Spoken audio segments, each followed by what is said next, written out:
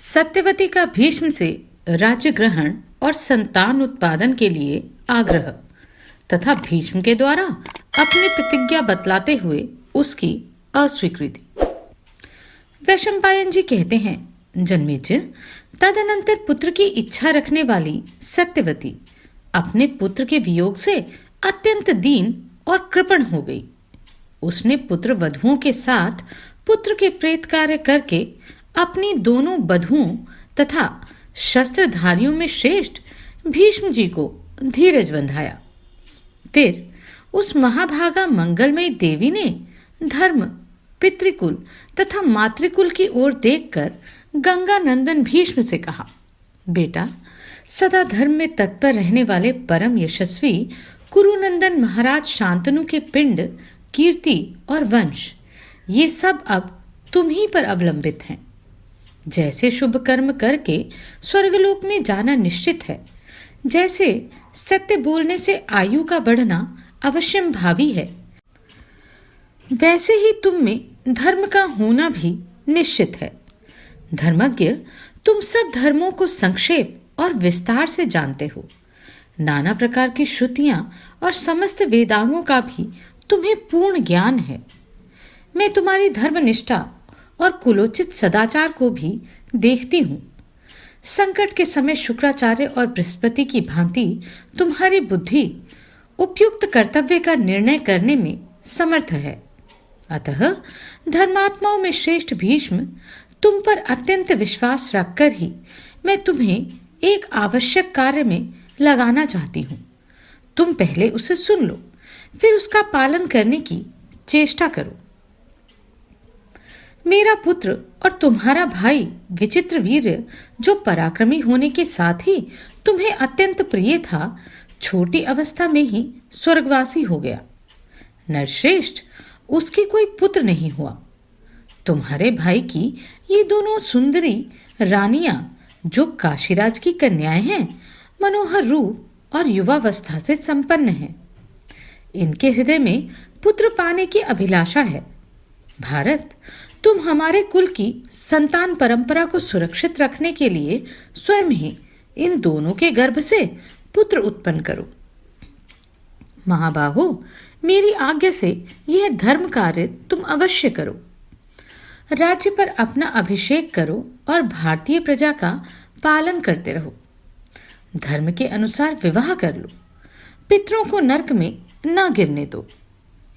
वैशंपायन जी कहते हैं, जन्मेजय, माता और सुहृदों के ऐसा कहने पर शत्रुदमन धर्मात्मा भीष्म ने यह धर्मानुकूल उत्तर दिया। माता, तुमने जो कुछ कहा है वह धर्मयुक्त है, इसमें संशय नहीं। परंतु मैं राज्य के लोभ से ना तो अपना अभिषेक कराऊंगा और ना स्त्री सहवास ही करूंगा। संतान उत्पादन और राज्य ग्रहण ना करने के विषय में जो मेरी कठोर प्रतिज्ञा है, उसे तो तुम जानती ही हो। सत्यवती तुम्हारे लिए शुल्क देने के हेतु जो जो बातें हुई थी, वे सब तुम्हें ज्ञात है। उन प्रतिज्ञाओं को पुनः सच्ची करने के लिए मैं अपना दृढ़ निश्चय बताता हूँ। मैं तीनों लोकों का राज्य, देवताओं का साम्राज्य अथवा इन दोनों से भी अधिक महत्व की वस्तु को भी एकदम त्याग सकता हूं, परंतु सत्य को किसी प्रकार नहीं छोड़ सकता। पृथ्वी अपनी गंध छोड़ दे, जल अपने रस का परित्याग कर दे, तेज रूप का और वायु स्पर्श नामक स्वाभाविक गुण का त्याग कर दे, सूर्य प्रभा और अग्नि अपनी उष्णता को छोड़ दे, आकाश शब्द का और चंद्रमा अपनी शीतलता का परित्याग कर दे, इंद्र पराक्रम को छोड़ दे और धर्मराज धर्म की उपेक्षा कर दे। परंतु मैं किसी प्रकार सत्य को छोड़ने का विचार भी नहीं कर सकता। सारे संसार का नाश हो जाए, मुझे अमरत्व मिलता हो, यत्र लोकी का राज्य प्राप्त हो, तो भी मैं अपने किए हुए प्रण को नहीं तोड़ सकता। महान तेजरूप धन से संपन्न अपने पुत्र भीष्म के ऐसा कहने पर माता सत्यवती इस प्रकार बोली, बेटा, तुम सत्य पराक्रमी हो, मैं जानती हूं। सत्य में तुम्हारी दृढ़ निष्ठा है। तुम चाहो तो अपने ही तेज से नई त्रिलोकी की रचना कर सकते हो। मैं उस सत्य को भी नहीं भूल सकी जिसकी तुमने मेरे लिए घोषणा की थी।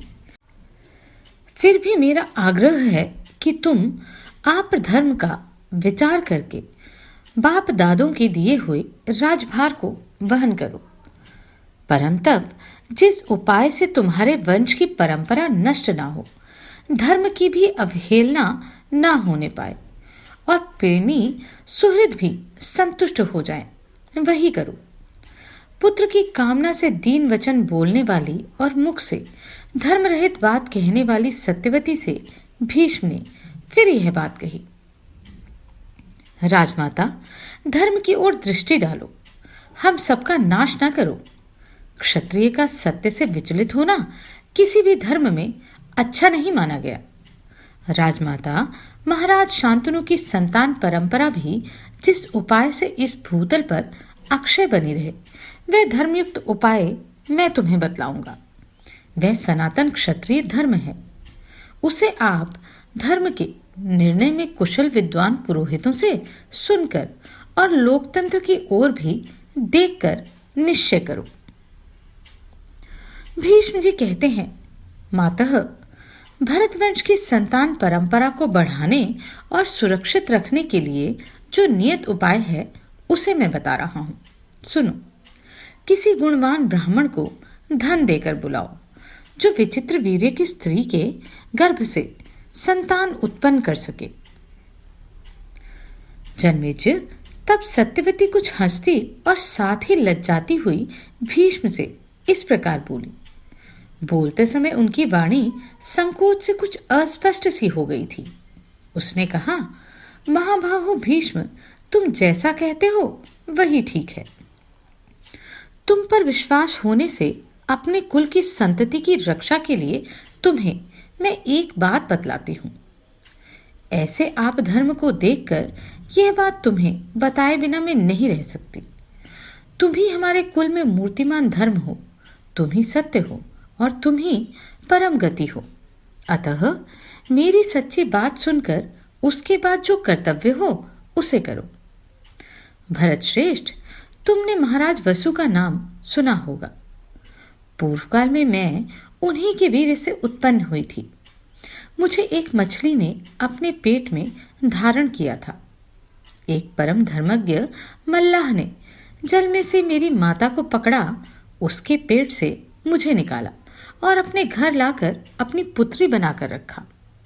मेरे उन धर्मपरायण पिता के पास एक नौका थी जो धन के लिए नहीं, धर्मार्थ चलाई जाती थी। एक दिन मैं उसी नाव पर गई हुई थी। उन दिनों मेरे यौवन का प्रारंभ था।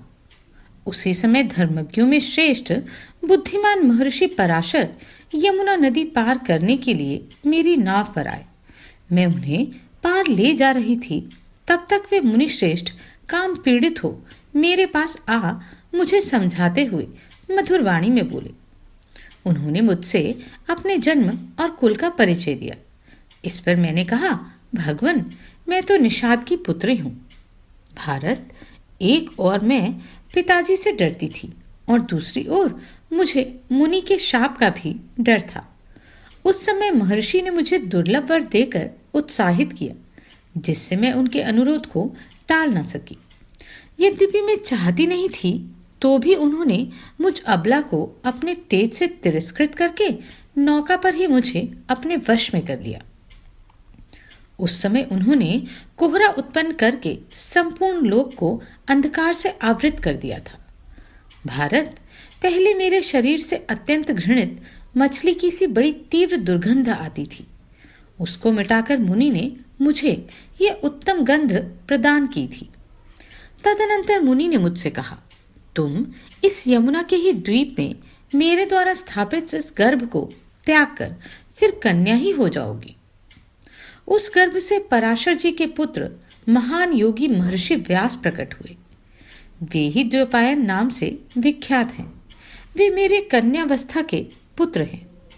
वे भगवान द्वैपायन मुनि अपने तपोबल से चारों वेदों का पृथक पृथक विस्तार करके लोक में व्यास पदवी को प्राप्त हुए।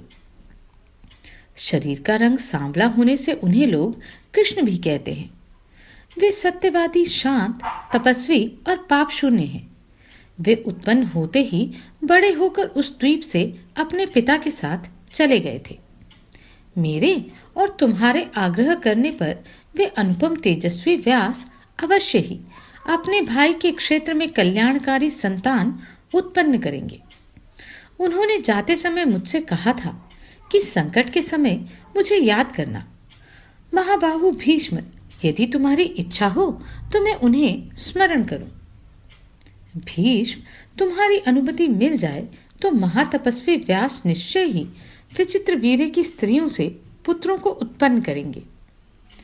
वैशंपायन जी कहते हैं, महर्षि व्यास का नाम लेते ही भीष्म जी हाथ जोड़कर बोले, माता जी, जो मनुष्य धर्म, अर्थ और काम इन तीनों का बारंबार विचार करता है तथा यह भी जानता है कि किस प्रकार अर्थ से अर्थ, धर्म से धर्म और काम से काम रूप फल की प्राप्ति होती है और वह परिणाम कैसे सुखद होता है तथा किस प्रकार अर्थादि के सेवन से विपरीत फल प्रकट होते हैं, इन बातों पर पृथक पृथक भली भांति विचार करके जो धीर पुरुष अपनी बुद्धि के द्वारा कर्तव्य अकर्तव्य का निर्णय करता है वही बुद्धिमान है।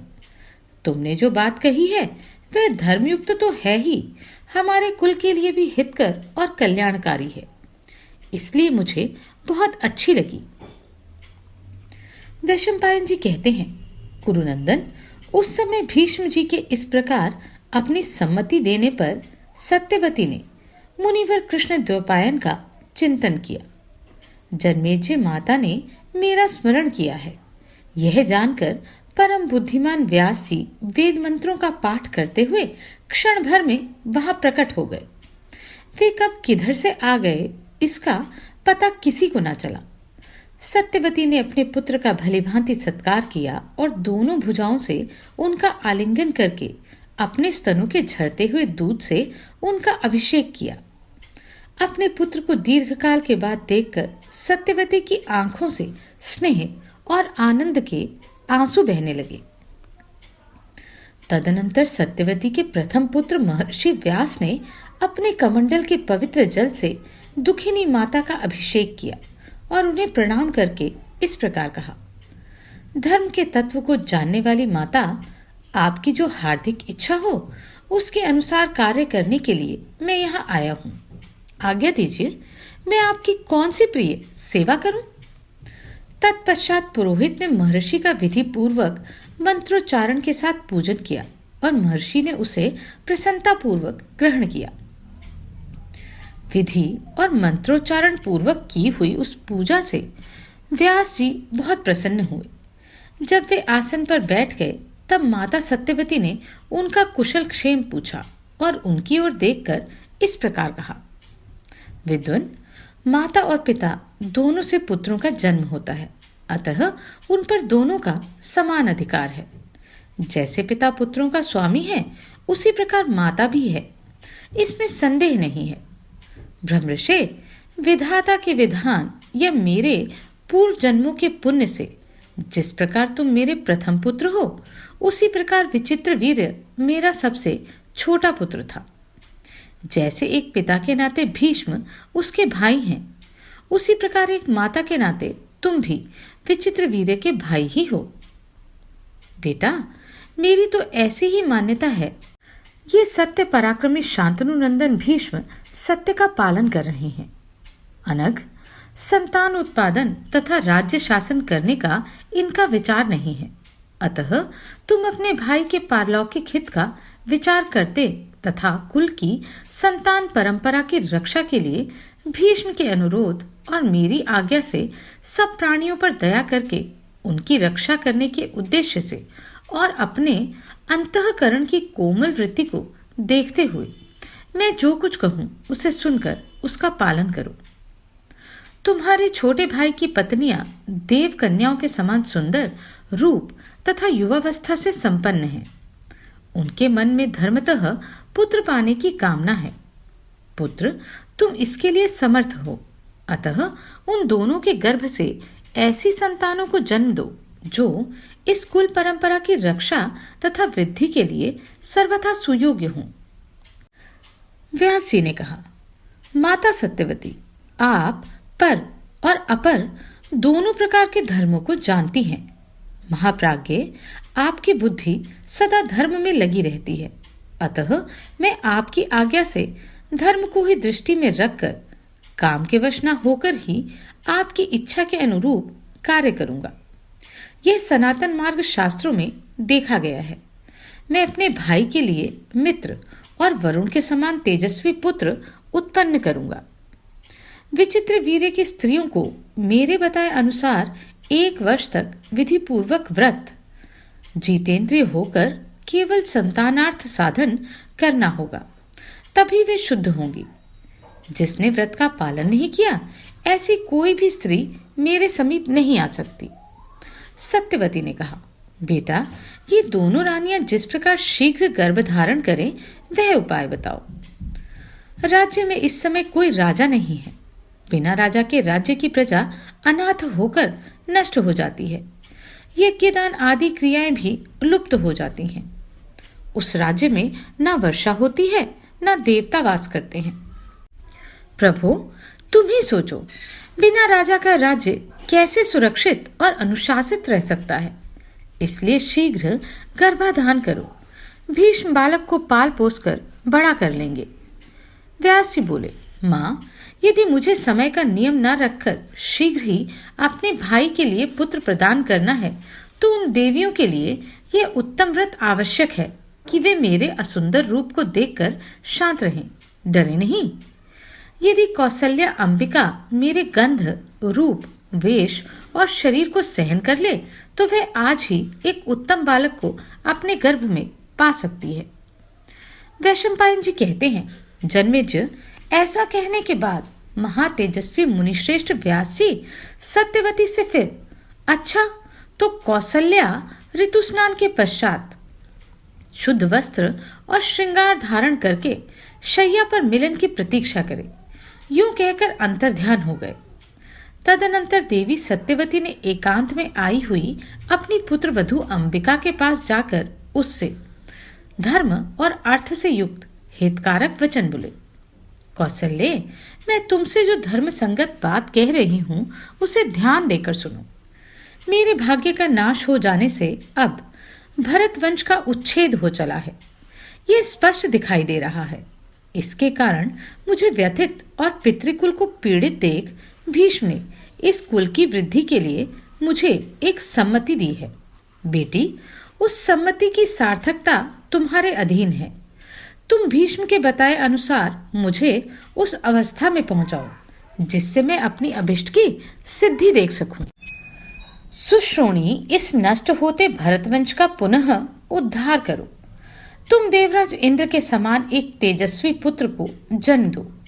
वही हमारे कुल के इस महान राज्य भार को वहन करेगा। कौसल्या धर्म का आचरण करने वाली थी। सत्यवती ने धर्म को सामने रखकर ही उसे किसी प्रकार समझा बुझाकर बड़ी कठिनाई से इस कार्य के लिए तैयार किया। उसके बाद ब्राह्मणों, देवऋषियों तथा अतिथियों को भोजन कराया गया।